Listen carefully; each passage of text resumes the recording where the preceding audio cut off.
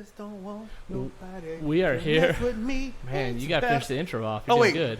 Oh, I didn't know we started. We are superstar, man. I thought you were still. The best part about that was we should have let it go. I know we should have let it keep going. Yeah. And he hasn't even had a beer yet. I mean, he's all into it. He's Battleborn. It don't take much. It's just 2 sips and he's done. Beer. That's all you need. Yeah. It makes you look better when you drink more. It makes you look better when everybody else drinks more too. I thought y'all were still doing the sound check. Man, no, I am pumped to have Rydell from Field to Grill and the gal that's taught him everything, Veronica. Yeah, well, we told Rydell he wasn't allowed to come back unless he brought somebody that could actually hunt, and so he brought Veronica. Yeah. Well, for the second time, so this is going to be our second podcast with Veronica. Yeah, the first one's an epic fail. Yes. Well, it wasn't a fail. It was a learning experience, and it was the best one ever done. You want to hear what we learned about that? Is I was getting mad at Brian. He was getting mad at me. We were just frustrated. I was like, Brian, just every single time he touches something, it breaks. And Brian's like, Ron says things are working. They're never working. It ended up, it was just the computer sabotaging both of us. And then Ron realized that he figured out I could build a computer, and now problem solved. Yeah, he's a very smart guy. So what you're saying is Skynet is real. Yeah, man. and the government controls the birds, you know? Yeah, exactly. That's why they hit on the power lines to get energized. And there's gay Have frogs. you seen that? Ooh, that's good. Oh, that's a real thing. That's a real thing? What? Yeah, a lot of people believe in that. I don't know what it's called. Well, serious? there's according to one of the crazy nuts, we have gay frogs too, because the government's That's making real. frogs gay. No, that's real. I've seen them. I've seen them in the clubs. What kind of club are you going to? They were singing intro music after drinking a Battleborn beer. I was out frog gigging and I had too much Red Bull. So, anyway. I went to one club and they said no toads allowed, so they wouldn't let me in. Oh, so it was a science street. Oh, man. There you go. Oh, man. No, so Rydell and we've, since the first show, man, we've come a long ways. We've gone hunting together and has had a really good time. Well, that's what life is about. It's about growing and experiencing and seeing what else you can get into without going to jail. You know that picture you took with, it was me, you, Scott, Joe, and Brian out in the field. Brian looks at that night sometime and cries. Yeah, man. It was so pretty. Wow, that is so sweet. In fact, you know, we were on with Mark Hutchison the last episode, and we were talking about it a little bit afterwards. Mark's like, hey, I want you guys to take me hunting. And I'm like, well, here's what I want to do. I'm like, if we take you, I want to bring Rydell with us, so he'll get some pictures. And he's like, I'm not sure about that Rydell guy, so I do have an image to uphold. That's okay. I'll go on my own. I'll come back with a stringer of ducks and be like, oh, I'm leaving. Y'all just got here? You'll come back with a stringer of coots. These aren't so bad, guys. They're in the geese family, so in a way. They're swans. They're not geese, they're swans. Goose and swans, same thing. Yeah, same thing. I mean, they're all legal to shoot. Yeah. Just one you can have one of a year, and the other one you get 25 of a day. So I don't know which one's more targeted. Well, I did have some snow geese that came in, and I couldn't identify them probably 4 times, so I did not shoot. Well, that's good. That's as an ethical hunter. You don't know the Overton way of identifying birds? They're easier to identify when they lay on the ground in front of you. Well, I mean, nope, not that one. There's a guy that walks around there once a day, and he'll help you identify him. If you're wrong, you get a ticket. He wears green jeans, drives a nice silver truck. He'll walk right up to your blind for you, man. You go win the lottery. He is a great duck identifier. I appreciate those guys and gals a lot because, you know, if it wasn't for them, it would just be the wild, wild west out there, and everybody would be doing whatever they wanted to do. And at the end of the day, they're there for education, and they're there so that we can all have a great time. And so I support them 100,000%. Well, they protect our resource, right? So the hunters need to do their part, protecting the resource whenever possible. But those hunters that aren't ethical enough to protect their own resource, that's what the game wardens are really there for. So and it's to educate, especially with the younger hunters that don't know any better, or your new hunters. Mm-hmm. Last thing you want to do is get a new hunter into a blind, and he goes and gets a $400 ticket and loses his license. But if we can avoid that, as hunters, it's our job to educate those things as we see them. So, well, my experience is that they are there to help you with that. So you're talking about the new hunter, $400 ticket.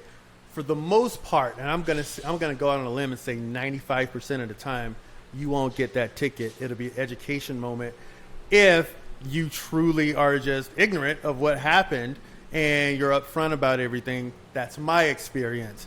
I know that sometimes some things they just can't let go. It's just like if you're speeding with the state troopers, sometimes you got to get that ticket and sometimes you don't. But to be able to say, hey, here's some education about this. This is why you can't shoot 15 geese in one day, blah, blah, blah. And, well, you're not going to get off on that at all. I'm so sorry.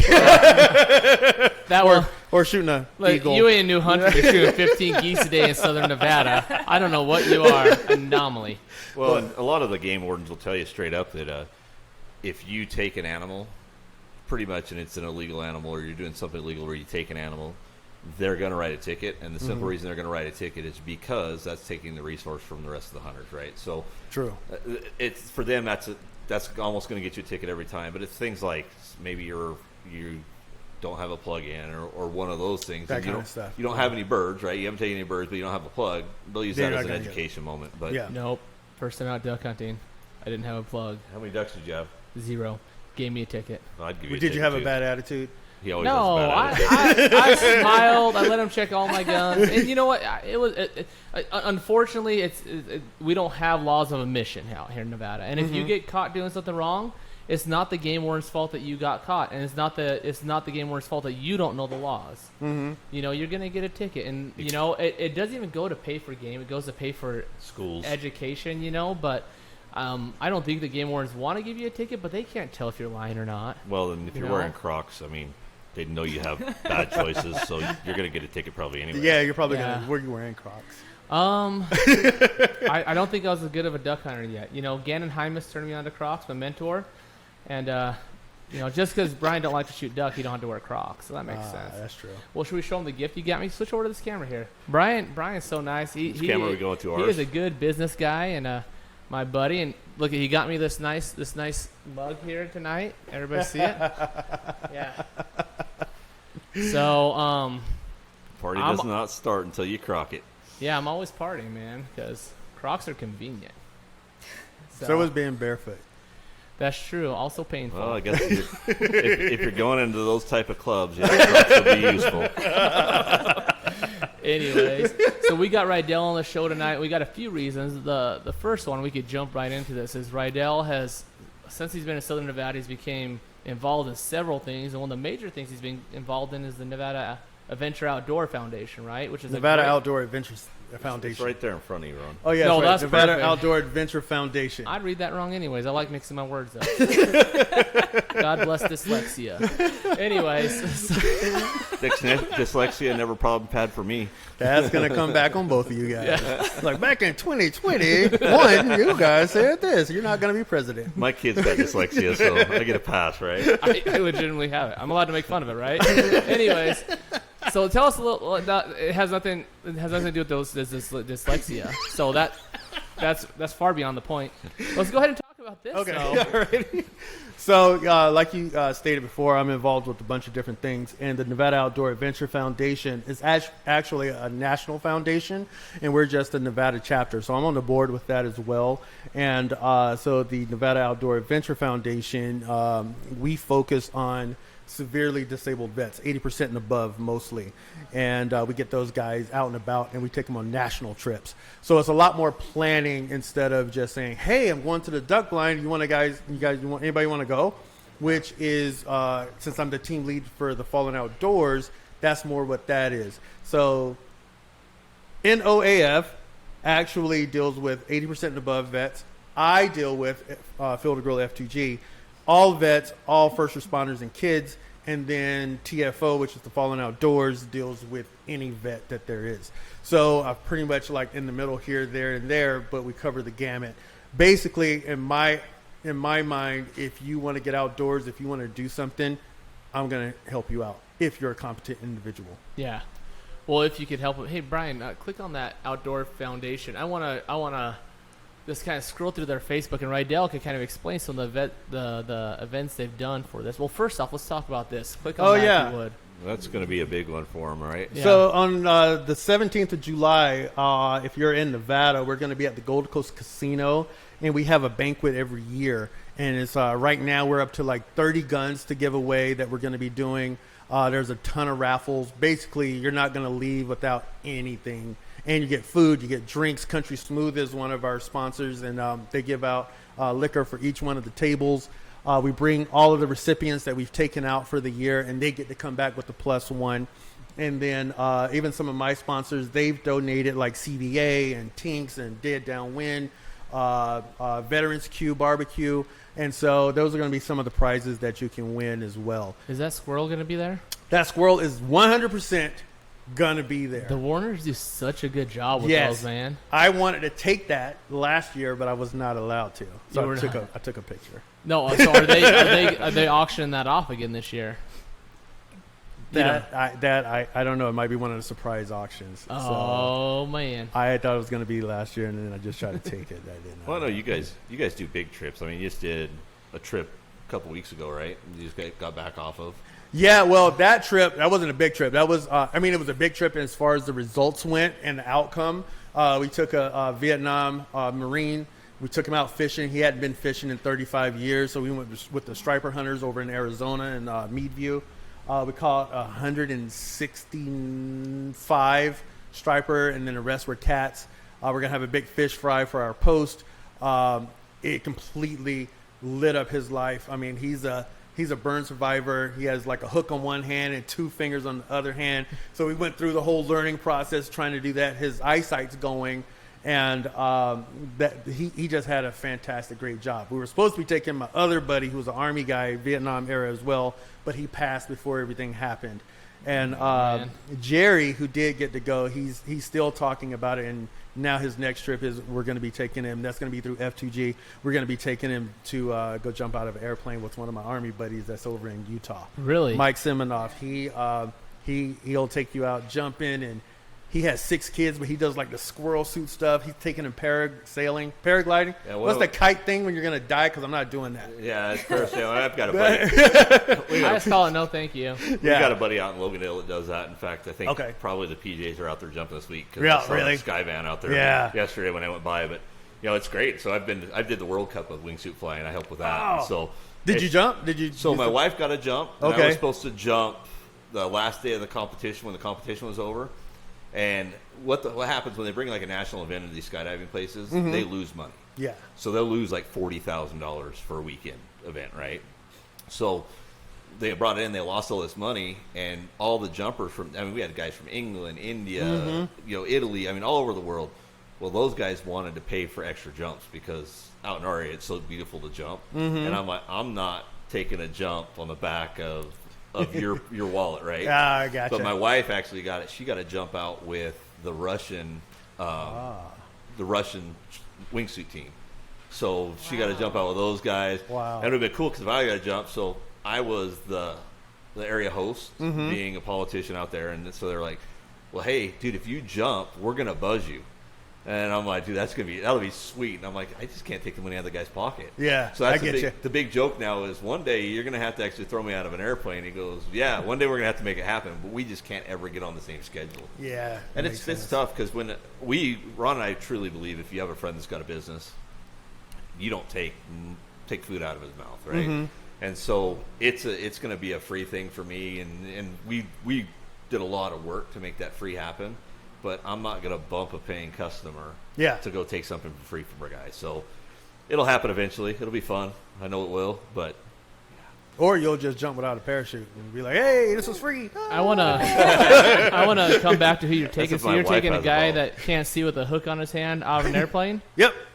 And then he's doing that kite thing. What is that called when you jump off the cliff? Parasailing, I think. No, parasailing in the water. Hang gliding. That's what it is. I'm not doing it. People that can't see make better pilots, right? I'm serious. So Amelia Earhart crashed, and Helen Keller did not. And Helen Keller 100%. Flew a plane blind. So, who's the better pilot? You're correct. Yeah, I agree with that. What are you doing out here in this picture right here? This was at the Veterans Camp Out. They do it every year.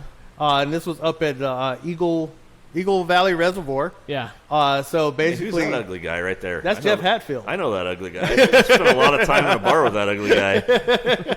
He goes to a bar? Yeah, No, that's- actually, his wife. I went to high school with his wife. Are you serious? Yeah, and then we used to hang out at Dylan's all the time, and my wife's really good friends with him too. So Yeah. I think we should stop that conversation. Okay, yeah, let's Before go both to of the you guys get divorced. So every year they bring out vets and families. They get to come out. This year it was learning how to fly fish. We had somebody that came out and cooked for us. And it's just like think of it as like a team building exercise.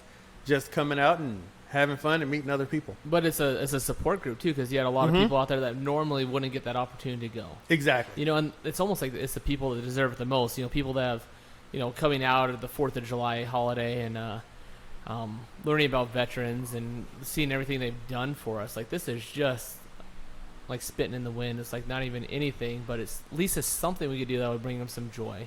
Well, if you look at it that way, then yes. But the Okay. way I see it is that this will be a catalyst for the rest of the year, because some of these guys, it was like, oh, I didn't know there was elk in Nevada. I didn't know that there was wild horses in Nevada. So they go here and then they see all of that, and then they're like, well, I want to try hunting now. And now they're set up for the rest of the year, and they can go hunting with me. They can go hunting with you guys. They can go hunting on one of the big hunts here. Yeah. I know I was hunting in 111 last year, and we were going to a spot that I really enjoyed, and I ran into all these fellers up here, and Yeah. they had a whole camp set up, and they had tons of you know, fellow veterans out, and they're all going and trying to get different animals, and Yep. they're extremely successful because it's a good group of guys. Yeah. And I think that that's the thing, is that when you have a good group of people around you, or you have a team, you're going to be successful no matter what. And even if you don't harvest, it's still a success, because all of the stories that you've told, all of the bread that you've shared with each other, and all of the not wanting to get up in the morning. well, kind and of thing. we talked about it last time you were. What are you talking about? Like, you don't want to get up in the morning and go hunting? No, like some people, yeah, they've never been. It was like, oh, I got to get up right now. Why? And then he was like, because this is when you do it. And then after a while, they figure it out, and they're like, oh, but those first few days. You come out back and like, take an "Hey." afternoon camp nap, man. See, I Hey, think, try to explain that to people. I think it's pretty. We talked about it the first time you were on about what happens in the outdoors, right? It changes the way you think about things. It kind of opens up some dialogue that you might not otherwise have. But I think I do a children's heart camp every year, and I think it goes along the same way. So you get guys in that are like-minded. Maybe you got guys in, since it is 85% disability. You gonna have guys that have the same disabilities, and they can kind of bond on that level as well. Because what we see with the kids is, they have open heart surgery, they have a huge scar. Yeah. And so they won't go swimming on a regular basis, but you get them in heart camp, and every one of those kids is in the pool because every other kid has that same thing. So it's almost like it becomes normalized a little bit, right? So you can kind of let your guard down. Yeah. Because if you and I are around each other and we have the same difference, then we don't have the same difference. Yeah. But if we have that same difference, then we can let our guard down around each other a little bit more, and it opens up that dialogue a little bit more. And then I think when you got guys that are willing to go in and teach if it's just going to Eagle Valley, hey, what's working out at Eagle Valley for me to fish? Maybe that guy's been up there 5 times and never caught anything. He's like, dude, I don't want to go back up there. That place sucks. Yeah. And now you teach him the right way to do it and what catches fish up there, and then he's successful, and he's going to be back doing it again. So I think it opens up a lot of doors that you can't open up other places. 100%. And you were talking about normalizing situations or normalizing things that have happened to you. I know, like for us, you guys have done the same thing too. Your sense of normalization from the outside is going to look cruel, or it's going to look very insensitive. For instance, when we took Jerry on that fishing trip, the one I was just talking about that has the hook and then It's right here. I got him on the screen. Oh, that's Jerry right there I on found the right. him. Not the black one, that's me. With Rydell. Yeah. I got shorts, man. Dude, those things, those come with batteries? Hey, there's a whole situation about that. but for instance, he caught the very first fish after not fishing for 35 years, and it was like I had to hold the fish up for the picture, and then everybody, there was 3 Marines and 2 Army on the boat, and so there was like you couldn't record it because everybody would get canceled. So, so basically, for the first Was picture, not PG. they were like, "Hey, Jerry, how did it feel to catch the first fish? Give us 2 thumbs up." Because he only has one. And he goes, "Well, I only have one." And then he throws his hand up. Yeah. And if somebody from the outside saw that, because we were all razzing each other, Oh, they were how like, "Oh my insensitive." God, what are you doing?" And I'm going to report you. Well, that's the Verbally funny abuse. thing is you He was learn like, to "No, deal he's with. good." You have a different sense of humor, right? And Yeah. it's how you get through tragedy. I know I did an off-road race when I was a paramedic, and a guy rolled his car. His hand went outside the car. It cut his hand off, basically. He had 2 fingers left, right? Mm-hmm. And so he's a big boy. I mean, he's not little. We're loading him on the helicopter. And we got these nurses. And this guy looks at this nurse that's missing most of his hand and says, "Well, I'd give you a hand, but I lost my spare." Nice. And I'm just like, oh, man, that's epic right there. funny. But you know what? And that's how, when you're in high-stress environments and high-stress jobs, that's how you deal with it.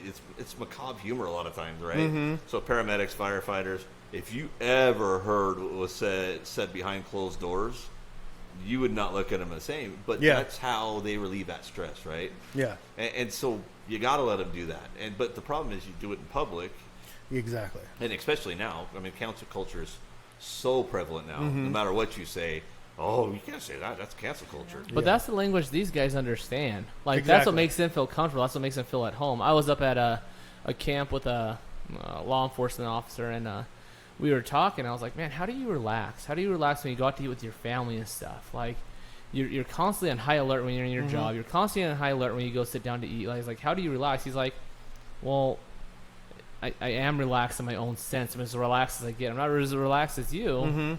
And he kind of said it was like a guitar. Like, you might be an E, but I'm playing an A. You know, Yeah. and I'm still relaxed, but unfortunately, I can't relax all the way like you can, like a normal civilian. And I don't think a lot of people understand that. And that's just kind of music these guys sing. You know, they're playing an A minor the whole time, and, Yeah, and the rest of the world doesn't like that sound, unfortunately. 100%. But that's kind of what you do to live day to day, every day. Yeah, So the bad side about that is that you become, I want to say, probably numb or insensitive to other people who are not in that world and their feelings or how they see things. For instance, I have a buddy of mine. I used to be a firearm instructor out at Front Sight. And then one of my students came through, 100% student, bow, bow, bow. He did everything, and now he's like on top of the game. He's mastered this, he's mastered that, and he's working there, and he's just making Yeah. bank. But his first GSW, he calls me up, and he was like, "Rydell, I got my first GSW today, blah, blah, blah." And I was like, "Oh, did you just do what you're supposed to do? You survive, everything's good? Yeah, cool. Thanks, man. Done." I didn't realize that when he was calling me, he was reaching out because he was not in the military. He was not a first responder. And he was like, "How do I process these feelings?" And we process it. We shove it away, right? Yeah, and I was like, "Oh, good. You're safe. Good." So we Ah. shove it down way We deep. shove it way down deep. That crap ain't gonna come back up, right? And we joke about it, but that's once a year you might cry. but especially when you deal with it on a regular basis, right? So firefighter, paramedics, cops in the military now, with some of it being deployed so much, especially when you get to some of the special forces guys, you just learn to shove that down really deep and hope it doesn't pop back up at a bad time. Yeah. And so for us, it's like I know personally, I didn't want to, dude, something bad happened, I don't want to talk about it. Leave me alone. Yeah. You know, but these guys that have never had to deal with something like never had to process it, they want to talk about it because it's something they never seen before. And you're like, dude, why would you want to talk about that? I mean, Yeah. But we have to realize, and I realize it with my wife and kids, man. My poor wife and kids, there's no sympathy. It's like, oh, you broke your arm, get over it, suck it up. Yeah. Oh, Yeah. You're gonna live. My wife hates when she gets sick. I'm like, ABCs, you have airway, breathing, You're not gonna circulation. die. I mean, like, let's look at the symptoms. You're okay. Like, do we want to go to the hospital? I mean, I don't think we need to go to the ER. Where are we at with this? And she's like, I just want you to feel bad for me. And I'm like, I feel bad for you. And she's like, you don't mean it. I'm like, I can't. I'm sorry. So what do you want me to do? Anyway, so there you go. I don't even know what we started talking about to get to there. No, we just talked. We I feel talked like we about haven't even veterans. started yet. Yeah. No, we haven't started. Well, we did because you sang the intro that we didn't even have words to. Yeah, so it looks like you got some sponsors on your Field the Grill Instagram. What's Dead Wind Down? Who are these guys? You don't know who Dead Dead Downwind. Downwind is? I do, man, but I want you to introduce them. Okay. Well, okay. I threw I'm you sorry. the soft serve, and like, you just what? striked out. Here you go. Oh, Hey, no.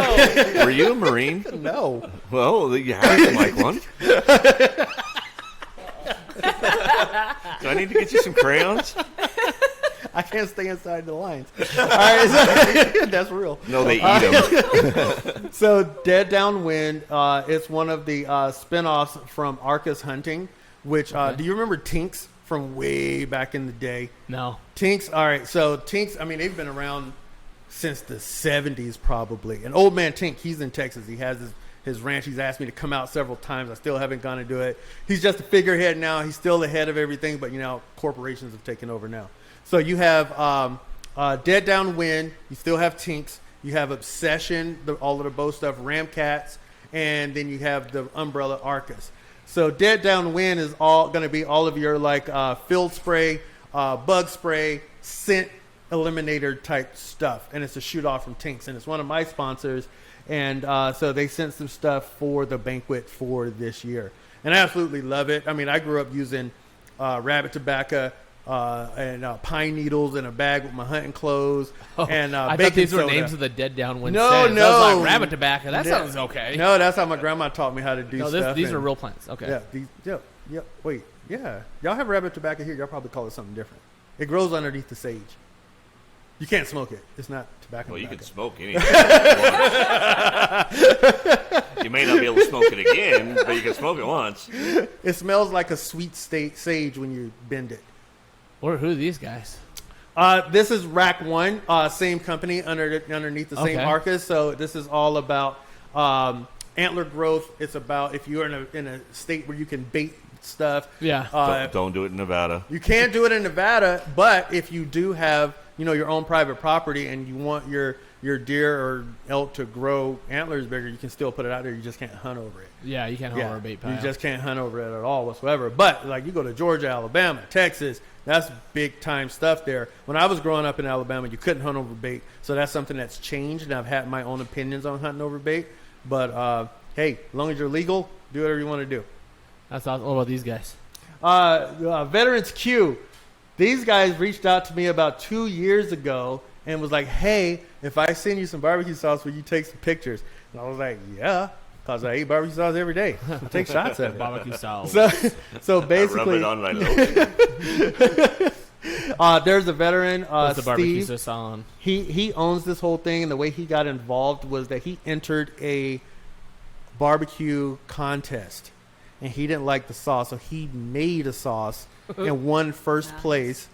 And then for about a year, he was making it and selling it out of his house, and now he's distributing everywhere, and it's 100% of the proceeds go back to different veterans organizations. So he sent an entire pack of their line and sent it in. So you got tons of sponsors coming to this. You got a lot of cool products. Oh, there's tons of people. CVA, which is another one of my good ones, which is for muzzle loading. Same kind of thing in Nevada. You can't hunt with your optics on your muzzle loader during muzzle loader season.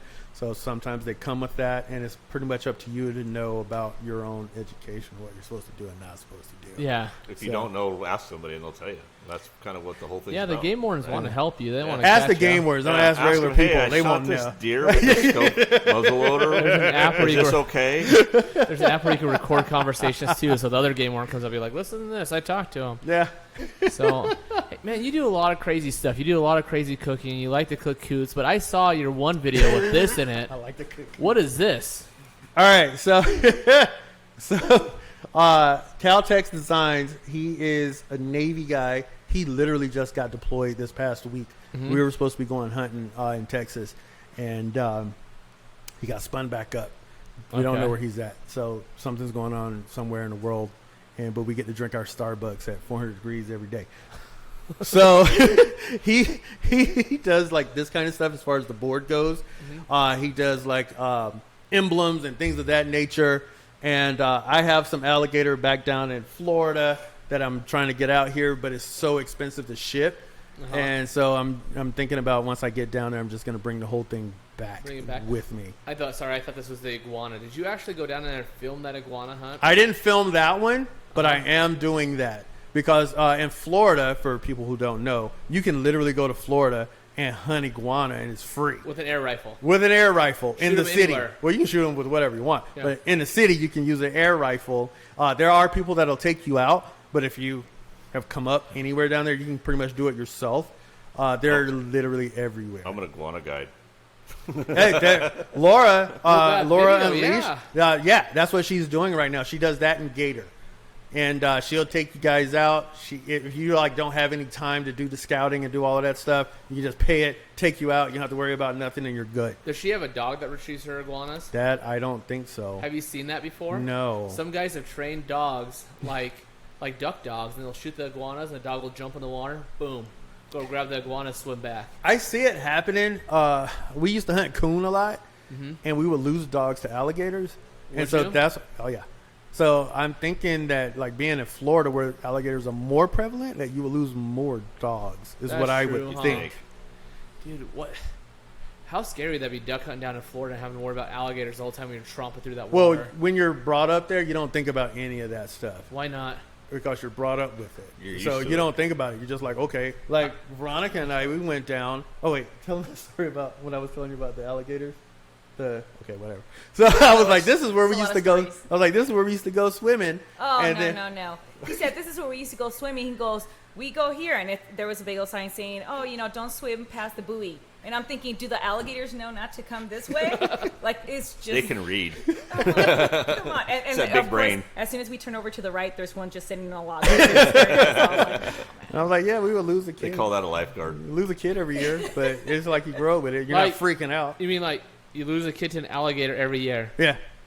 That seems like A a bunch pretty of high dogs. statistic, man. Well, think about it like this. You go to California, people get bit by sharks, eaten by sharks, and people are still getting in the water. It's the same thing.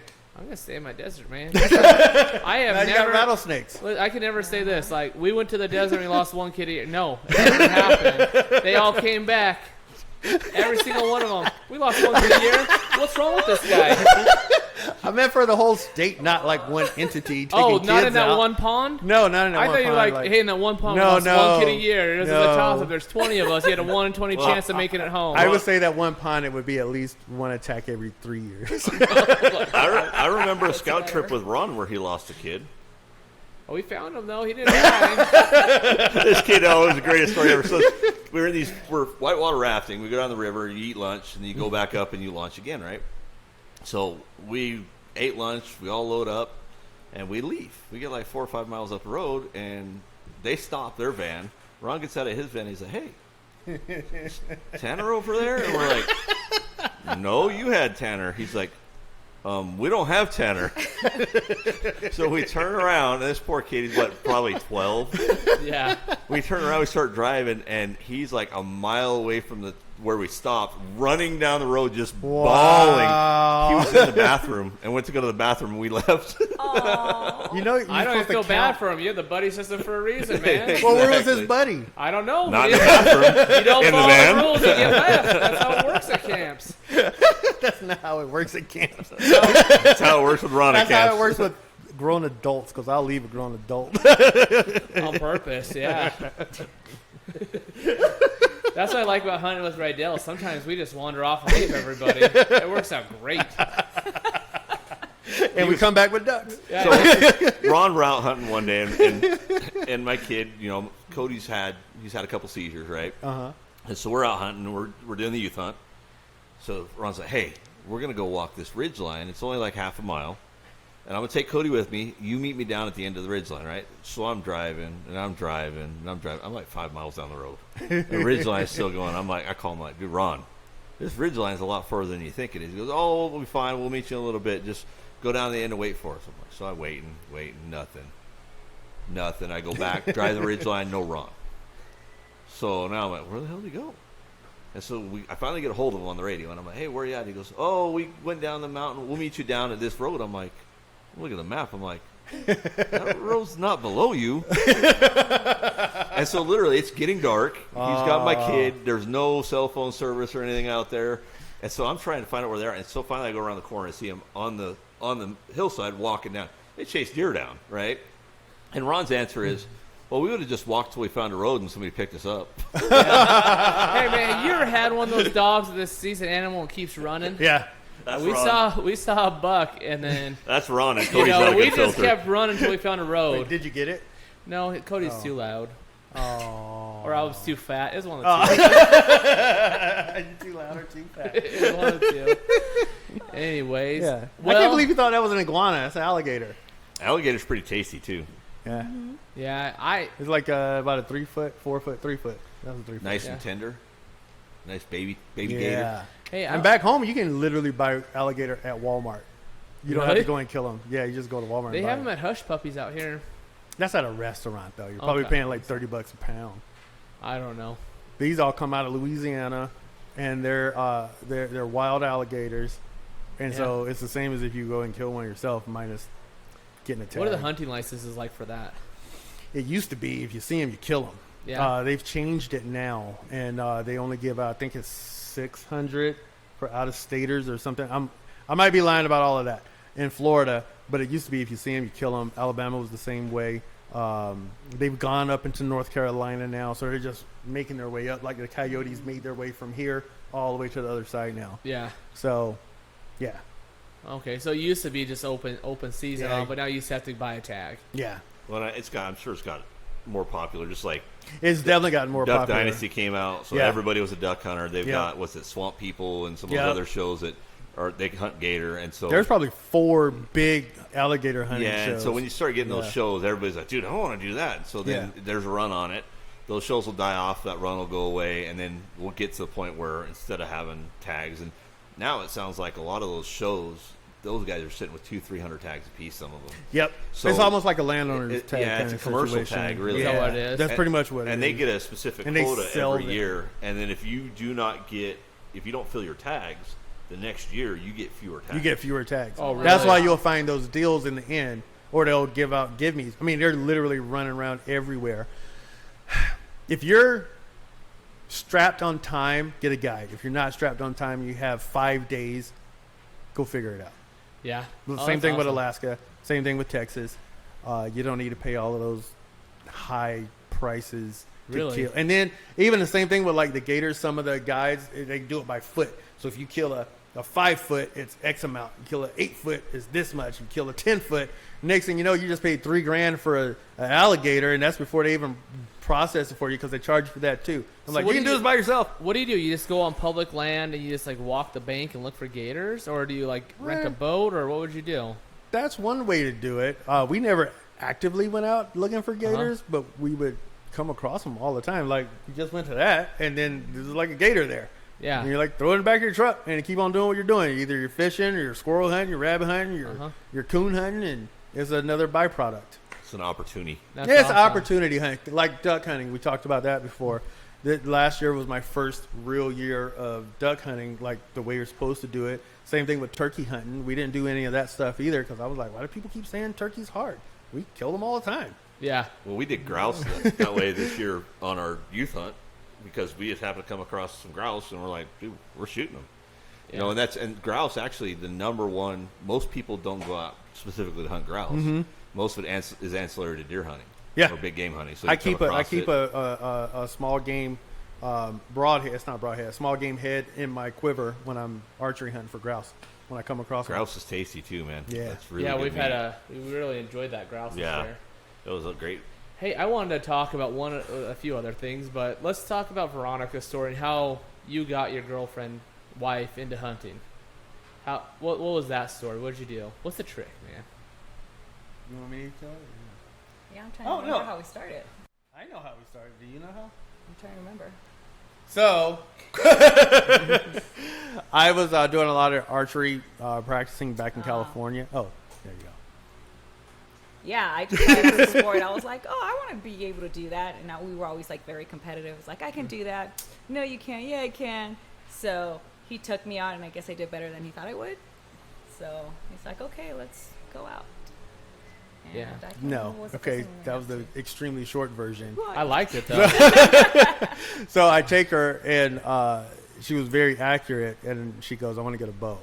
And I said, okay, we'll get you a bow. So we get her a bow. And I was like, it's going to take you almost a year to get dialed in.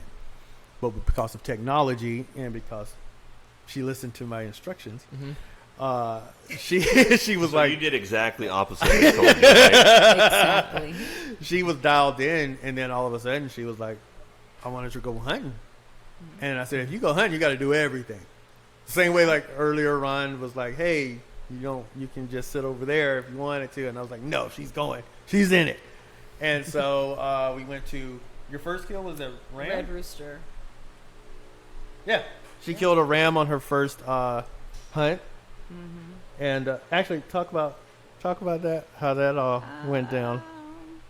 Well, I missed my first shot at about maybe 10 yards. Not because I couldn't shoot it, but because when I went to pull back, I didn't clip it in all the way. Oh no. So, it completely went out. And he only gave me 3 arrows. He goes, that's all you get. You better get it. We only had 3 broadheads for her. That's why she got those many arrows. Second shot was at maybe 40 yards, and I hit it, but it went through a bush, so it kind of slowed down the movement. Yeah, exactly. So I hit it, it started running off, and we chased that ram for like maybe 3 miles in like, the terrain was like going up rocks, down rocks. It was horrible. It was hot. And then the last arrow, I must have shot that last arrow like 3 or 4 times. You didn't shoot it. It was like 2 times. No, wait. The guy, our guide, he kept finding it. He's like, it's still good. I was like, yes. So we get another shot. It's still good. So, yeah, that last arrow went a long way. And then the final shot was maybe at 40 yards. It was uphill. And I had only practiced going straight.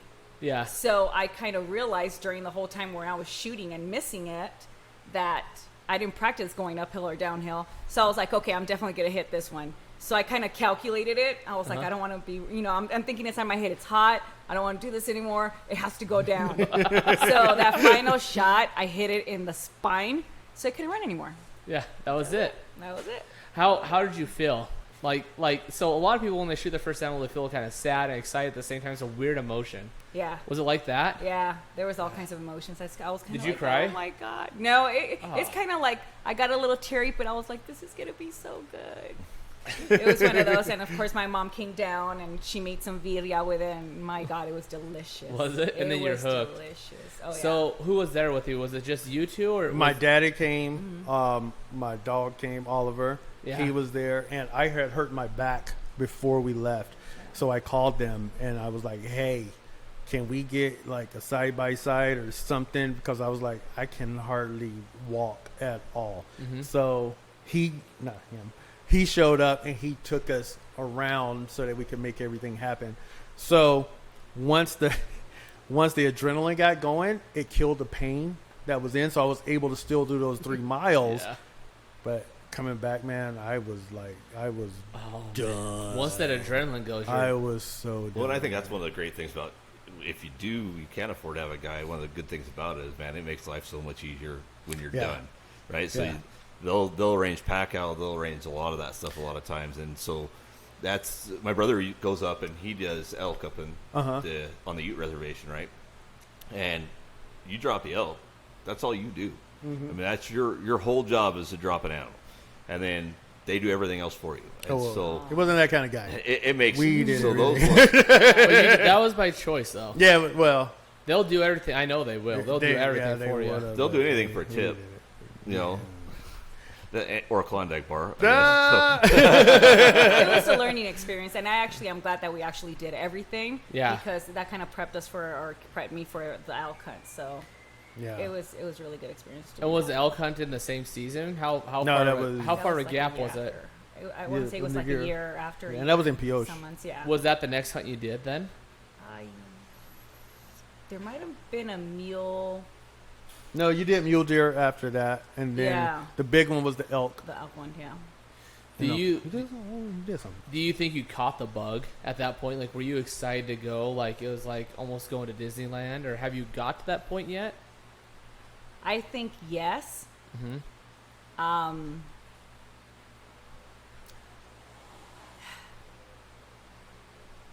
You know, yes, I have. I do love it. I like doing it. But I wouldn't want to do it to the point, like, I mean, if the fridge is full, like, I don't want to go out and kill something else unless we know that we have family, you know, we kind of divvied up the elk. Yeah. So unless we're going to do that, will I do it? Other than that, I feel like, and I think that's... Okay, so you don't have the bloodlust then.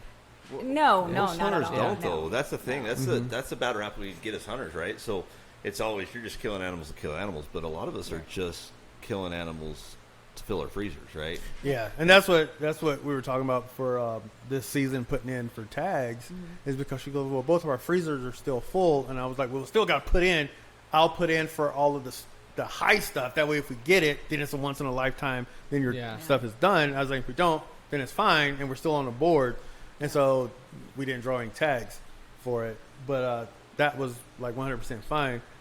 But when she killed the elk, and like what you were just talking about, killing just for the sake of killing, she shot the elk, dropped, didn't go anywhere, and we make the 400-yard trip in. But so it was like down off of a hill, and my dad and Lonnie was up there, so they were guiding us like this, because we couldn't see. Once you get down to the sagebrush, you don't know where you're going anymore. Exactly. So we come up, elk's still alive.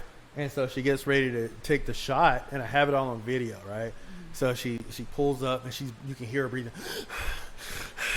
That's her, not the elk. So she's breathing. He just said you breathe like an elk. Man, that's harsh. Well, she was like, it wasn't even excitement. It was Well, don't you run tons nervous. a day? Yeah. Yeah, but I think for me, it was more like, The adrenaline. I was it was the adrenaline, but I was also anxious because that was the closest I got. Like when I shot the ram, it was within distance. And, you know, I just kind of went down. But me shooting the elk was, like, literally from, like, where we're standing. I was just staring at me. So that's when I was, like, it's almost like it puts the pressure and the guilt. And it's like, but I'm going to eat all of you, you know. It's up close and But, personal. yeah, And you it's know what very she said? personal. What she said right before she pulled the trigger? I don't even know if she said it. I have it all on camera. And this is how I left it in the cut, in the edit. She gets ready. She pulls the trigger. She's breathing. And she goes, I'm sorry. And then, boom. And then she pulled the trigger. And then we harvested and did everything else. And the thing was, when she shot that ram, she did that spine shot, and the ram was up like this, and it was tired because she did the lung shot in the first one, so he was super tired. He was like, I'm done running. And I was like, if you miss, you're just going to hit the rock. So go ahead and take the shot. Remember everything, fundamentals, blah, blah, blah. So you see the arrow. This is all on video, too. So the arrow goes up over the rock, spine shot, it drops. So it's still alive. And that was her first kill, and I had told her, you got to do everything, but I didn't make her slit the throat. Yeah. I think that's... Yeah, so I figured I might have... I think you go a little overboard sometimes. Yeah.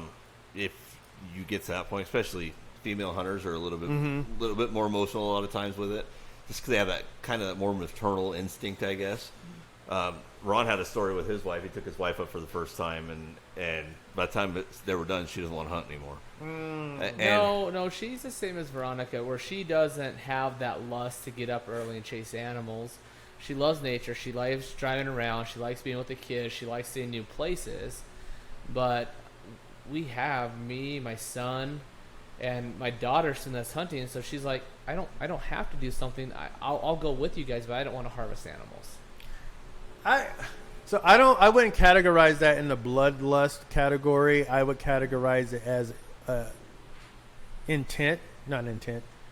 content category, because even for me, like, I could go out with you guys even if I don't have a tag. I don't have to pull the trigger. Like, we're going to another state. I'm like, well, I don't need to pay an out-of-state fee. Yeah. I'm like, I can just be there, and I get the same feeling. And I think that, like, for you, it's kind of the same way, because she's like, okay, we got to go. We're up. Da-da-da, da-da-da. Yeah. But then it's like, okay, now you harvest it, and then everything kind of comes down from that until you start the butcher. I guess adrenaline drops out at that point. I think my least favorite part, to be honest with you, my least favorite part is the actual harvesting of the animal, right? Yeah. And that's my least favorite part of hunting. It's not a joy to go out and take an animal, but man, it's everything that led up to that, the work that went into that, and then the ability to feed your family for a long time after that. So even if you take a mule deer, you're getting enough meat to feed your family for a couple weeks at least, right? Easy. Well, it's about 30 pounds on a mule deer, 30 to 60. You get an elk. 30 to 60, yeah. You get an elk. I mean, that's enough to feed you for a little bit longer. And so it really is about being able to feed your family, and that's just secondary. That's required in the process. Mm-hmm. It's not something I think for hunters, if you go out and have the stock and everything else and take that element out, they'd be fine with it, right? Yeah. As long as they had the meat at the end, they'd be fine with it. And that's where I stand. And that's kind of the way I am. I mean, we go out duck hunting. Yeah, it's great. I limit. That's great because it's the challenge of getting the limit. But if I don't shoot a duck all day and somebody else shoots ducks, Mm-hmm. I'm okay with that, right? If I Yeah. call in ducks for somebody else to shoot, I'm good with that. So sometimes it's not about you pulling the trigger; it's about just the experience. And Yeah. I agree with that 100%, but I think there is a more associated feeling of guilt when it comes to harvesting an animal. If you're the one pulling the trigger versus if she's out with you and you drop the animal, she's like, "Oh, good job, you did Yeah, awesome." You know, like when you said, she said, "I'm sorry." That's something my wife did too. Mm-hmm. She just feels really bad about it, and she had to do that, unfortunately, because that was not fortunately, unfortunately, because it's like the pinnacle of the hunt. It's like that's the climax of the hunt. It all leads up to that. Yeah. And so the harvest of the animal, like there's a journey all the way up to it, and that's the story. But that is the pinnacle. Like you've reached the goal. In Nevada, I'm not sure the exact number, but I think the average success rate is like 40%. Yeah. So you're in the top 40% now. Like you did it, and you're gonna put meat on your table, and you're gonna be able to share this animal, this story, and every single part of this animal with everybody. Mm-hmm. But pulling that trigger sometimes for people that don't do it consistently or don't have that we're all messed up. Don't have that military mindset can be difficult, and so I think a lot of experienced hunters don't take the time to say, "Hey, it's okay to feel that way." Like that cuddle, hey, you know what? That's normal. You're allowed to do that. Like, it's good. You did a great job, and we're going to eat this, and you're going to feel better about it in 2 days from now. Well, Yeah. and Ron and I mean, we're in a unique place, with our careers before being in the EMS field. I mean, you got to see the process, when things don't go right? You got to see people die and this and that. And so when we harvest an animal, we know exactly physiologically what's going on with that animal.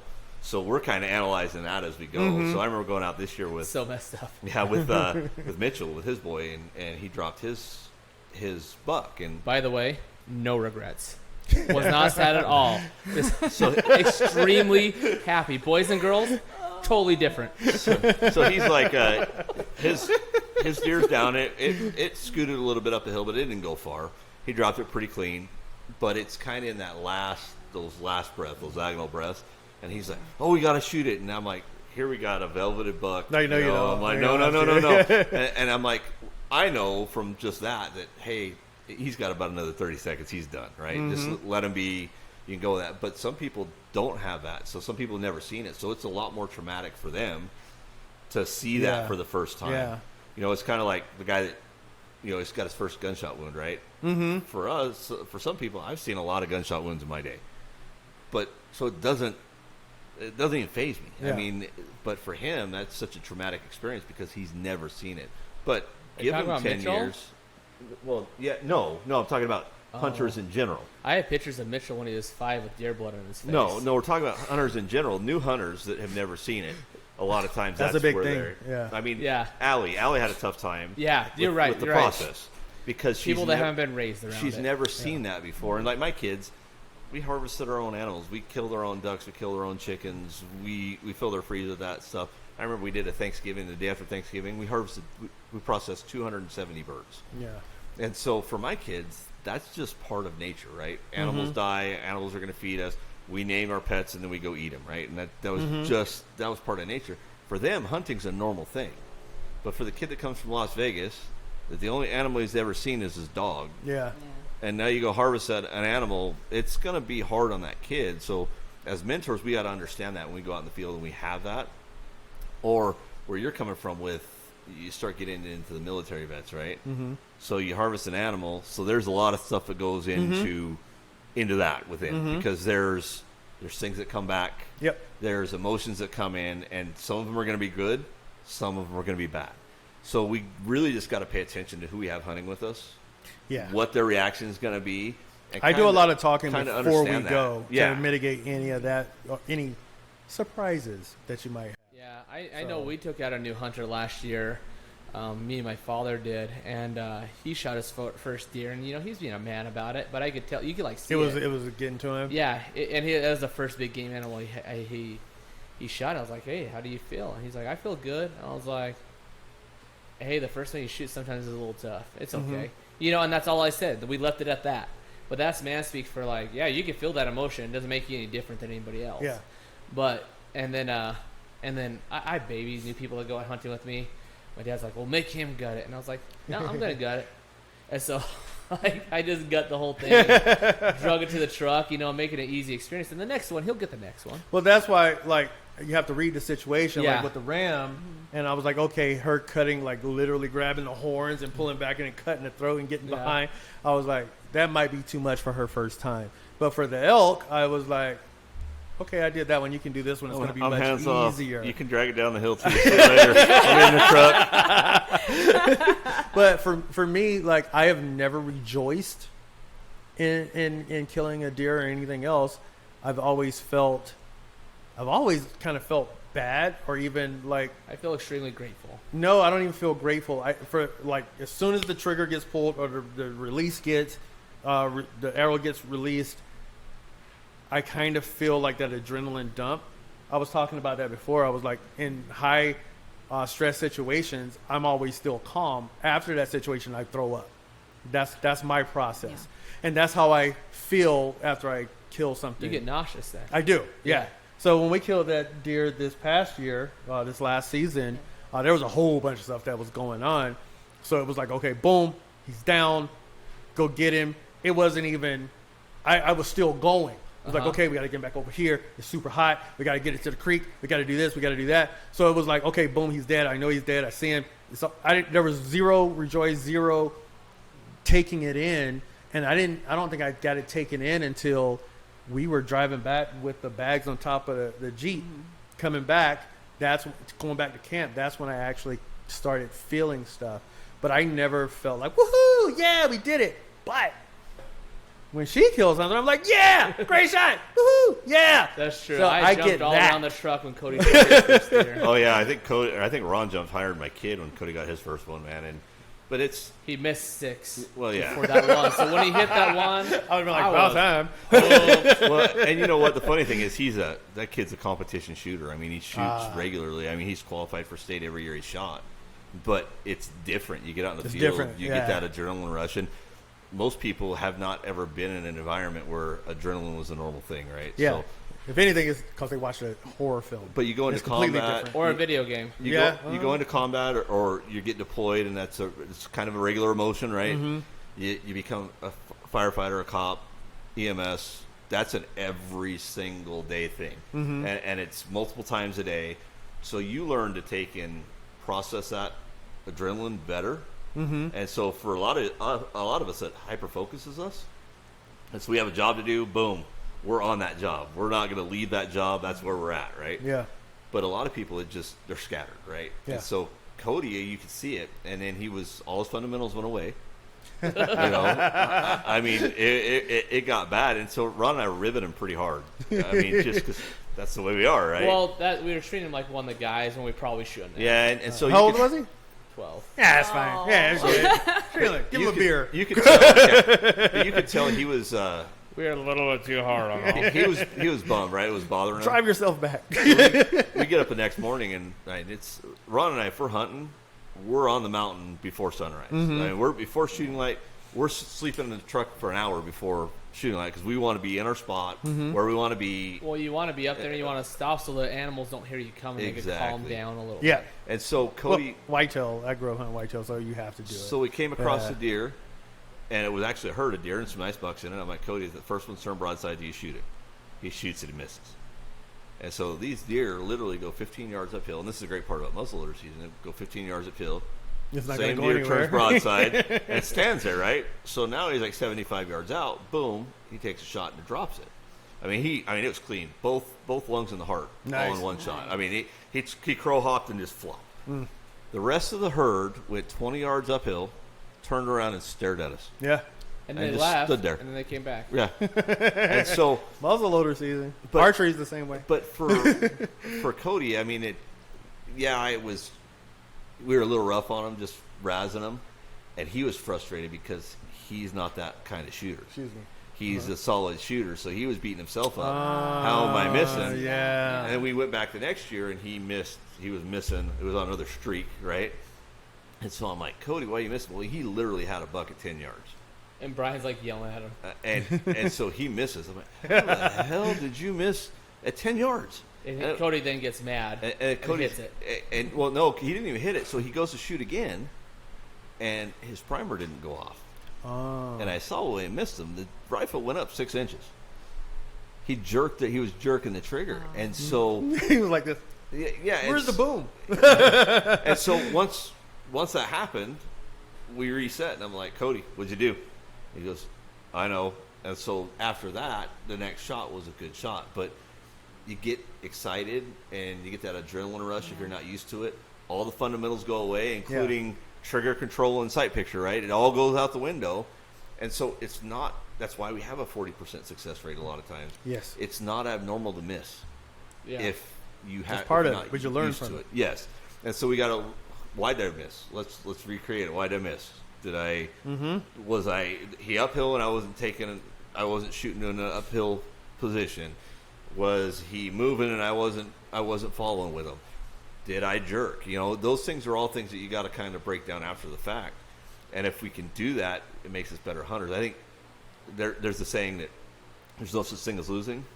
You're either winning or you're learning. Mm-hmm. And it's that way with hunting. Every missed shot, you should be learning something, right? Yeah. Why did I miss that? You know, and sometimes it's you're taking a shot that's long and you've got a cross one that's going 2 different directions. You only accounted for one of them, right? So those things are valuable, and it makes you a better hunter. Every miss makes you a better hunter, and guess what? Every miss helps support wildlife because that Pittman Robertson money comes right back into the wildlife. So you're just spending money and giving it to other hunters. But you know, I think that's a big thing, and we beat ourselves up as hunters because people want to be perfect, right? You're not going to be perfect. Well, I know that before we did that ram hunt, because, I mean, she practiced for a little bit over a year before the hunt. And I was like, we got to be proficient. You got to do this, and this before you're allowed to even shoot at an animal. And she was proficient. She was ready to go.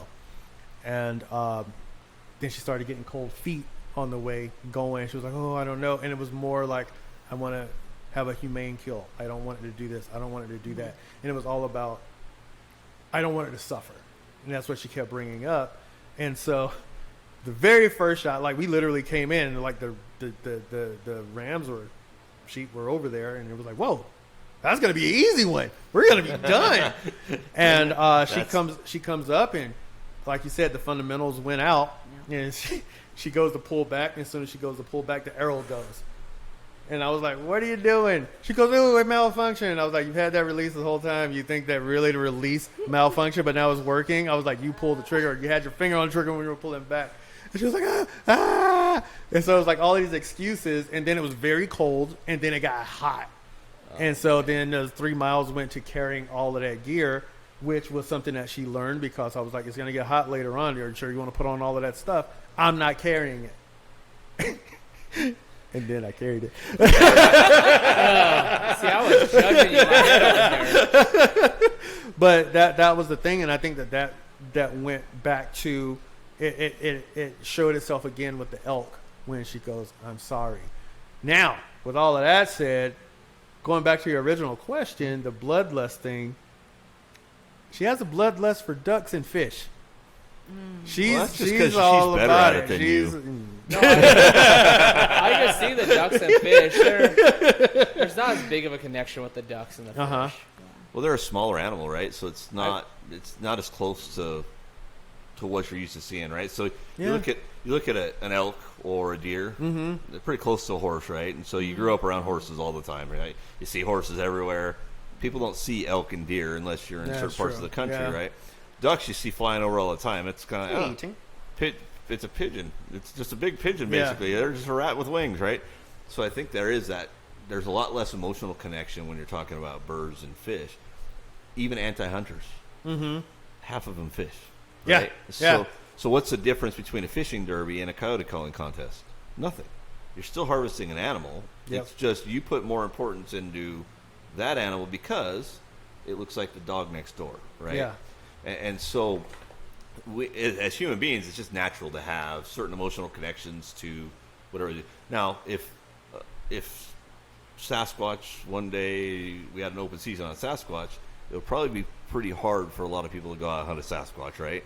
Because it'd be even closer to a human. Yeah. Well, there's even that not the Field of Grill, the Steve Rydell one where he goes down to Bolivia and he shoots a monkey. Oh, the monkey. Yeah. And you watch him have that moral conundrum. He's like, man, I'm a big hunter and I eat everything, but I don't know. This feels a little too close. See, and I'd have a hard time with monkeys, chimpanzees, Would apes. you have a hard time, Rydell? If I were in the country, no. Yeah, there you go. If I was in America and there was monkeys running around, like recently, like the iguanas, fairly recent, I would have more of a hard time with it. I would do it eventually. Like, I think, like, the problems that we have with the wild horses and burros, we should put them on a menu. And you're eating them everywhere else. Well, I'm down. And for me, I think with the monkeys and stuff, is there's a really close connection. It is. So, they have a lot of human emotion and stuff like that to them. And for me, it'd be tough. But I think if you were in a country and you were hungry and that was your food source, you make a decision, and I don't think that would be a hard decision to make, right? Yeah. So you're going to harvest what you can harvest. Think about it. Donner Pass. What happened in Donner Pass? Yeah. I mean, you're going to do it. They ate what they had to eat. Yeah, but that wasn't a choice at that point. But there's a lot of places there where was it's a not choice. You could choose not to and die. Yeah. Well, I guess that's true. And so there's a lot of things that I don't consider that a choice. I've had people say certain things, and it's like, I'd never eat this or I'd never eat that. And I'm like, well, you've never been hungry before then. Yeah. Because if you're hungry, you're going to do a lot of things that you wouldn't do if you weren't It's either hungry. hungry or peer pressure. It's one of the two. Yeah, and peer pressure doesn't really bother me much. I mean, like if Rydell's like, "Hey man, I have coyote jerky right here," I'd be like, "Well, I'm gonna do it. I'm I going to guess." try it. You know they sell coyote at the wild meat store, not too far from here. No, they don't. Yes, they do. You can get coyote, There's a wild meat ostrich, store camel in Vegas. and camel ribeye is cheaper than beef ribeye. Is it really? Yep. I will tell you, the best meat I've ever had was yak. Wait, somebody just killed a yak. Yak was really good. It's What's almost that? like a sweet beef. Yeah. It was a really good meat. Somebody just killed a yak. Here. I want to go back to Veronica and duck hunting. So, what did you love about duck hunting so much this season? Why is it more appealing to you? I think because I found it so difficult trying to hit these ducks. I mean, it was difficult for me. Yeah. He gave me the whole expression, haven't you ever heard about sitting duck? You should have shot that one. It was literally just sitting there and I missed. Those are the hardest ducks to hit. Water swatting's tough. I hated the fact that I kept missing. And then finally when I got one, I was like, yes, I can do this. So we're shooting more and more. And then we keep hitting these coots. And I was like, where are the other ducks, And then Rydell's like, this is great. I'll supply myself for the year. It was in the beginning. I mean, you'd be surprised. After I hit my first, was it pintail? Yeah. I was like, oh, I'm too good for coots. I'm not going to waste any more time. Oh, yeah, that's when she stopped shooting coots. She's a pintail purist. She got her pintail before I got mine. Man, that's one of the coolest Well, I tried to ducks. get you a canvas back, but we kept on thinking they were Yeah, reddies. I don't know. reddies. Someone's not good at identifying ducks. Somebody got a really big ruddy on that trip. I think Joe got a really big ruddy that looked a lot like a canvasback. Have you heard that story, Veronica? No, I don't think So so. That's on there. Rydell's a gentleman. Rydell's a gentleman. And so, like, we're out with Joe, and Rydell, I was like, okay. And I spot the ducks before. I'd be like, okay, there's a duck over this berm. I'm pretty sure it's a ruddy. And Rydell would be like, okay, I'm going to let Joe take it. And I was like, okay. And Brian and Joe stand up to the bank. Boom. Like, just a beautiful canvasback. And then we're walking again. I was like, okay, there's another ruddy down here. And Rydell's all like, okay, Joe, you take it. Boom. Another canvasback. So they just kept on making fun of me. Yeah, it's a ruddy. What's that? That's a black ruddy, Ron? No, Ron, that's a coot, Ron. And Rydell's, I'll shoot the coot. No, there was a lot of ruddies out there where we were hunting. There was a lot of reddies out But then there. you No, and they were him all went up canvasbacks. there. I think I And took what did 3. you think of that spot? Did you like that spot The when you went last up there? day. The last day of hunting. Like, we were going up ice Oh. fishing, and you went up over into Alamo and hunted. Okay, this is a spot where you have the land and then water on the Yeah. Yeah, that was a really good spot. I didn't get anything, but it was a really good spot. We limited it out, Veronica. Yeah, you did limit We out. have pictures. Yes. I saw, We Apparently wasn't that we bad. shot 2 gadwalls at the same time in the same spot where we shot. I forgot what we shot that last day that we were all there when you and I went out. Yeah, we don't get spots out. We did. I know where he shot him. Yeah, we were in that same spot. We both shot, and then they fell into the reeds, and we spent probably 2 hours looking for them. Oh, and we that even spot. You went back in those deep reeds and looked for him. yeah, because I don't like to leave anything. We even continued hunting, and I counted that, and then we came back, and then at the end of the day, we came back again to look for them to see if we could find them because they literally went down, but they kind of like sailed. We shot them over the water, and then they sailed in, and it was like over. Yeah. Man, we got your better half here on camera too now. Oh, that's Tink. Tank's back, so Down. good girl. Yeah, there it is. Just saying hello. Yeah, that's in that same spot. Yeah. Man, and if you guys haven't, those of the Battleborn Ducker people that haven't gone to Field the Grill and check out what Rydell did, or what is it?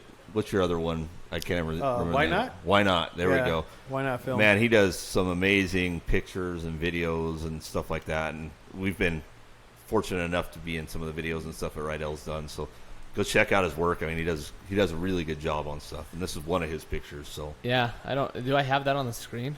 it is on the screen. Okay, good. Yeah, that's the one. And I think people underestimate your dedication because I have had people drop stuff back there. I'm like, you go look, and they've walked back there for hours with dogs, and those cattails back in there are so thick. They're so tall. It's I don't know how you found them. We didn't. We gave up because it was the last day, last shooting light, and it was like, okay, we did our due diligence. Well, and that was a crazy day. I don't know because I know we came back. We hit the turnoff at Lund. It was a blizzard that day, and it was a blizzard. We had to drive through a blizzard to get into Ely. So it was a crazy, weird day. 'Cause we saw you and Veronica getting back into the car, loading the dogs up or something like that. And I'm like, hey, I think that's Rydell. And so, but man, it was a different experience for us because we went up ice fishing and we close out duck season every year. I mean, that's just what we do. And we made the choice to do the ice fishing trip. And we had a blast with that ice fishing trip. But man, I was sitting there the whole time, man. There's got to be some ducks around here. Especially when you sent me that picture, like I limited. I was like, I hate you. Yeah. It was us and the guys that lived there on the place. Oh, the game preserve manager. I don't know if Andrew? he was manager or not. He was an older guy. It was like 3 of them, and it was just us. Oh, it was Andrew and his dad. Then. Yeah, it was just that was it, and I was like, this is so peaceful and cool. Yeah, There is a peaceful, and when you're talking earlier about adrenaline dumps, I think the adrenaline dumps are so much harder when you're out hunting because you're so peaceful for so long. Like your heart rate's down, and it's like you're in a deep valley, and then all of a sudden you're at the top of a mountain. Yeah, you know, and then all of a sudden you dump again, and you're back down in that valley. It's like it's a roller coaster. I'll tell you that last day, was the only day that I felt the same thing that I feel about a deer or elk or anything else about a duck. And I shot one in the head, and and I was walking because I shot it in the head. It's in the water, and now it's diving.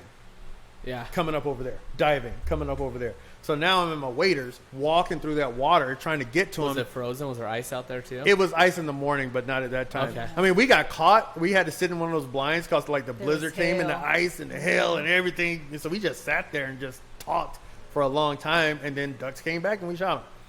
But I'm out there trying to find it. Hey, down.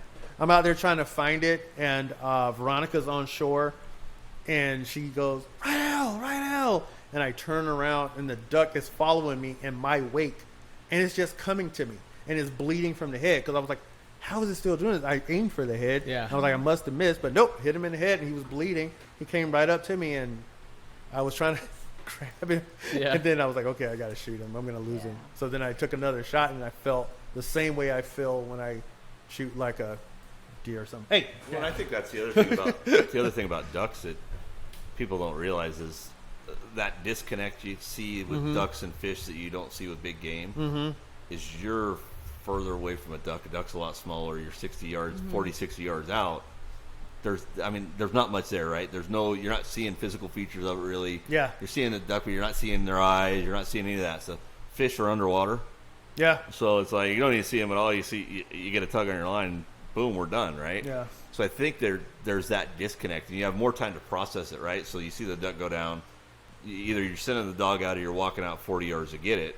There's more time to process what just happened. Than a deer, you hit it, it goes down, it's boom, it's right in your face, right? So I think there's a lot of stuff that goes into that, just that mindset. Yeah, no, I the reason I like duck hunting more than I like big game hunting is because it's more of a social event. Yeah, You that's know? true. It's easier to take new people. They're Yeah, more 100%. comfortable. They get more chances. It's more interactive. It's definitely more interactive, and you get to see a lot of different locations. Yeah. You know, and it's fun being around that water. And it's fun being like one of my favorite things to do. I know everybody hates Overton, but I like Overton sometimes in the morning because you get to see all your buddies down there. Yeah. And you get to see what they're doing, and then you guys all talk in the day and tell everybody when the game warden comes on the preserve. So it's perfect. Yeah, it's funny because I like Overton because it's convenient. It produces, and it really gives you no excuse for not going. Like some people would be like, "Well, I can't do this, so I'm just not going to go." Like, when was the last time you went duck hunting? 5 years ago. I'm like, so you're just not going to go because it's not ideal because you came out of Arkansas? Well, some people Yeah. are looking for excuses because it's hard, right? Yeah. Oh, if it's hard, I can't do it. And Overton, it's got its advantages, it's got its disadvantages. I mean, it's easy. It's a country club. You're going to have a blind to sit in. There's a lot of positives. Yeah. The negatives, it's way overcrowded. So hopefully You could have your hunt ruined pretty easy. we get to the point where we can expand it. So I know there's some opportunity to maybe expand it in the future. We can expand it. We're going to give more opportunity, but I would want to expand it and really not add any more blinds. Mm-hmm. I would like to expand it and push the blinds out away from where they're at and make it a little less crowded, because what happens is everybody's on top of each other. Yeah. And you've seen it, right, Dale? We're in the morning, and first guy will shoot at a duck. It's out of range. And before it's even out of his blind, somebody else is shooting at it. Now it's really out of range, and it just goes across the whole game preserve. Yep. Every blind that duck passes, they're getting shot at. Well, by the time they're done, they're 400 yards up, and guys are still shooting at them. Yeah. And so it makes it difficult for everybody to harvest. And if we could push some blinds out a little bit, get people away from each other a little bit more, I think you could have a bigger harvest success, because your good hunters are going to still have the opportunity to hunt. We've hunted days there where there was no opportunity to hunt, and it wasn't because there weren't birds there. It was because where we were surrounded by people that weren't going to give us the opportunity to hunt. True. So Yeah. 100%. But that's all about education. So It is about it. what are your goals this year for bringing out people hunting and stuff this year? Like when it comes to ducks or big game, or what's your plans? My focus this year is going to be duck, small game, birds, fishing. And sounds then- like a man that didn't draw any tags. That sounds like you basically said everything you own. Go ahead though. I'm still going to go on some of the big game hunts because other people did draw. Yeah. I'm hoping to go with you guys with some of your stuff too, just to be out there. We're taking, matter of fact, with the Nevada Outdoor Adventure Foundation, we're taking 4 vets out to Arizona this Friday, Saturday? This Friday. This coming weekend. So we're taking 4 guys out for pig and goats up there. Then I have Texas. That's going to happen. I'm going to do the whitetail back in Alabama. So I'm going to do whitetail, squirrel, and hogs. And then I'm thinking about North Dakota for their early season goose hunt, because it's 15 a day for that. And then Ruben and I are talking about Arkansas. There you go. That'll be awesome. That'd be a good year. Do you plan on bringing any new vets out this year when you go out to do the ducks and stuff? Yes, 100%. Before that, before Tink came involved, which is the new pooch. She's laying down now. I had a bunch of people lined up. I still have them lined up, but I want to see how this year goes with her, and basically just like her and I in the blind, and then we'll see how everything else works. Because I mean, Overton, I'm out there every other day as it is, and so I'm able to do that. And then Key Pittman, since it's not that much further, yes. So I'm taking out a bunch of vets. Some of the first responders I took last year, and some new guys that are avid duck hunters have moved here and have never hunted here. So I'm going to give them the lay of the land, because it isn't Arkansas and it's not Mississippi. So it'd be like, this is where you can go. Don't think of it as the same thing. Well, I talked to Ruben about, Ruben says Arkansas, you go from Arkansas to here, this is a way tougher hunt than you'll ever see in Arkansas. It is. And so they come here, and I think it's a culture shock for them, because we don't limit every day here. Mm-hmm. And there's days that you have no chance to limit. There's days you're only going to see 2 or 3 ducks. Yeah. And so you have to change your mindset. You're not going out for limits. Yeah. You're going out to hunt ducks. And there you're limited out in 45 minutes. Yeah, and we've had, I mean, there are times where you can do that here, especially early season. Yeah. If you're in the right place at the right time, but it's few and far between. I mean, we're outskirts of a flyway. Mm-hmm.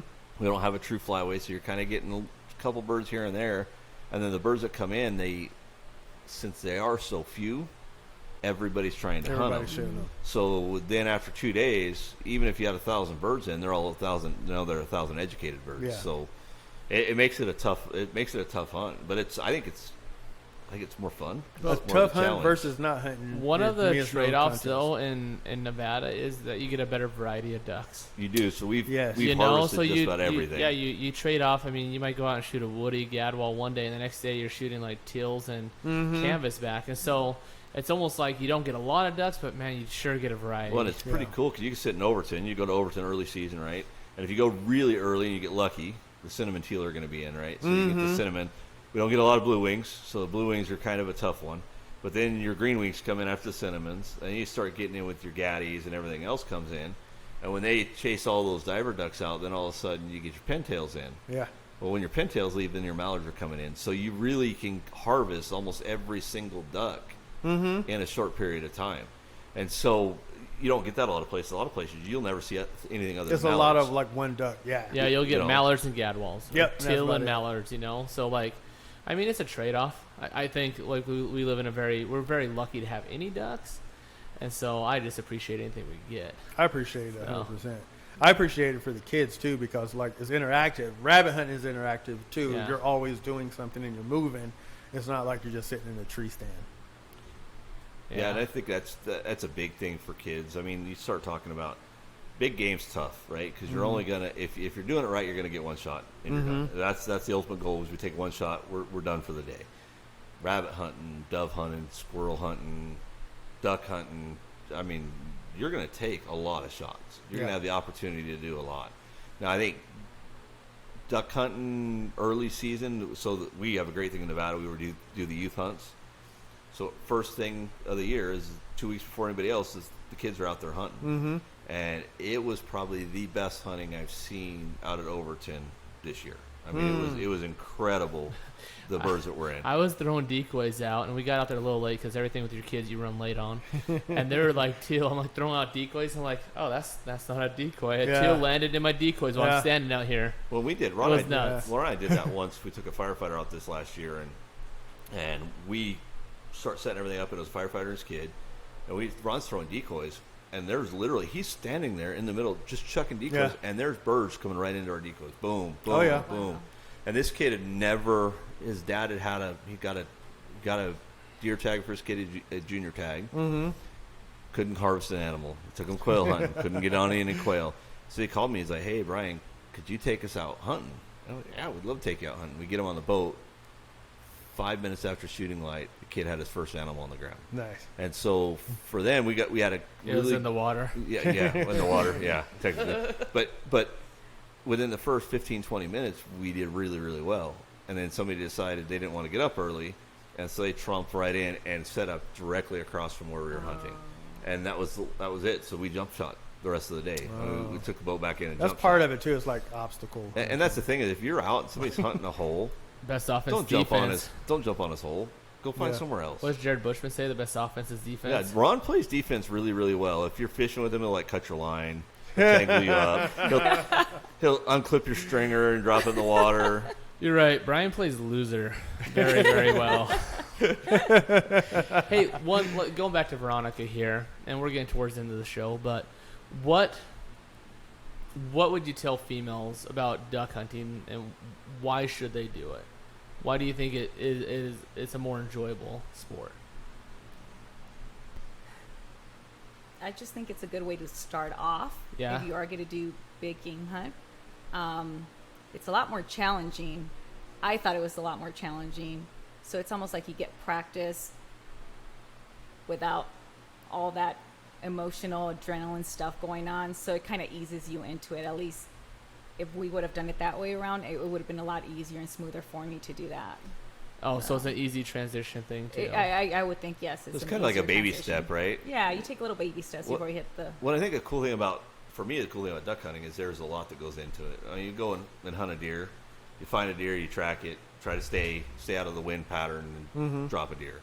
Duck hunting, okay, we're setting the decoys and we're guessing what the decoy set's going to be in the morning, right? So you're taking your best educated guess, you've done enough, you set your decoys. Well, now are we going to throw motion ducks in, or we're not going to throw motion ducks? What motion ducks are we going to throw in? Are we going to throw in spinners? Are we going to throw in dabblers or whatever? So there's all that, and then it's like, okay, are we going to call or are we not going to call? How much are we going to call? And then, okay, the ducks are coming in, they saw something they didn't like, they flared, okay, how are we going to fix it? What was it? So it's, for me, it's a lot more mental game. And so the challenge is, for us, is to get them into the decoys, right? For a deer, you're like, the challenge is for a deer, get them close enough to harvest. For a duck, for us, I'd rather have them right in the decoys. I want to shoot them in the decoys. I don't want to shoot them passing shot 40 yards out. I want them to come right down the decoys, because that shows you did your job. And so that showed you outsmarted that duck.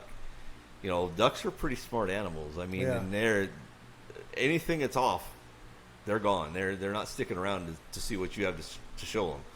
So I think you get a lot more of that, and it's harder to do, especially you got ducks come in. So you got 10 ducks come in. That's 10 sets of eyes, all looking for something to be wrong. Versus you're out on a deer and you have one deer, and so if he misses it, you're good. You're golden. He doesn't have 10 down the road to friends. get the next, next He herd. doesn't have 10 friends sitting there going, "Hey, that guy over there looks like he's got something he's going to show you." You know, so That is not a bush. It's not a bush. So I guess that might be true. I think that's why I enjoy it, because it's more of a technical hunt, you know, and so maybe women are smarter than us. oh, they're And so definitely they smarter like than us. like a challenge. That's why they and live so longer. duck hunting is a challenge, yeah.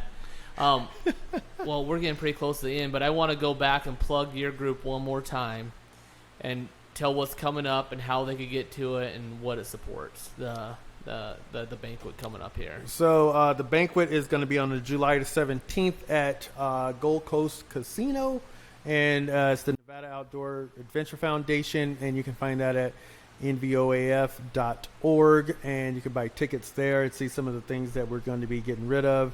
You can find us at F2G Outdoors, Field Grill AKA F2G, and we take out all veterans, kids, and first responders.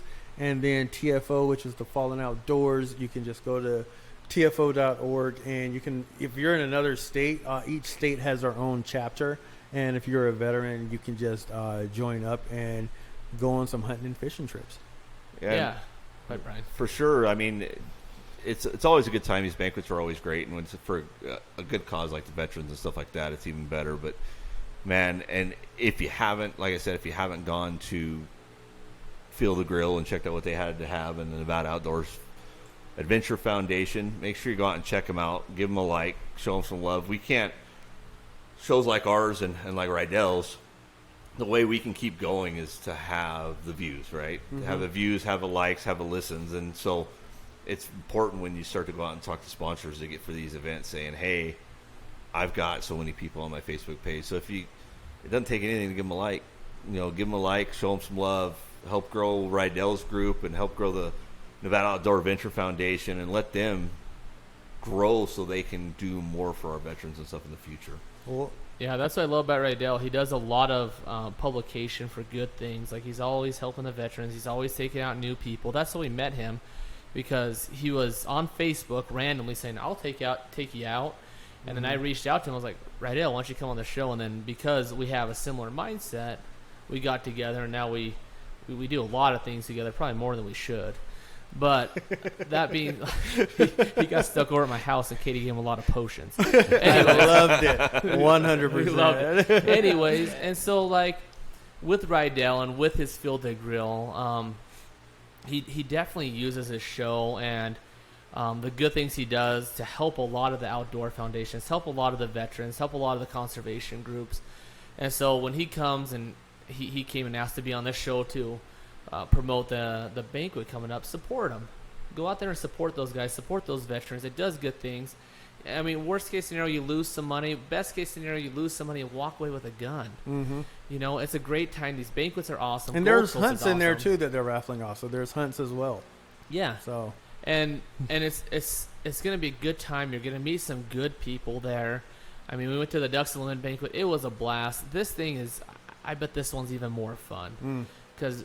When veterans throw a party, man, they know how to party. And it certainly will not be politically correct. So. Definitely, 100% not. So if you have the means to do it, please do it. Please go and help these guys. So if you want to buy your tickets, get your table, go to nvoaf.org, reserve your table, or you can go to them at facebook.com/nvoaf.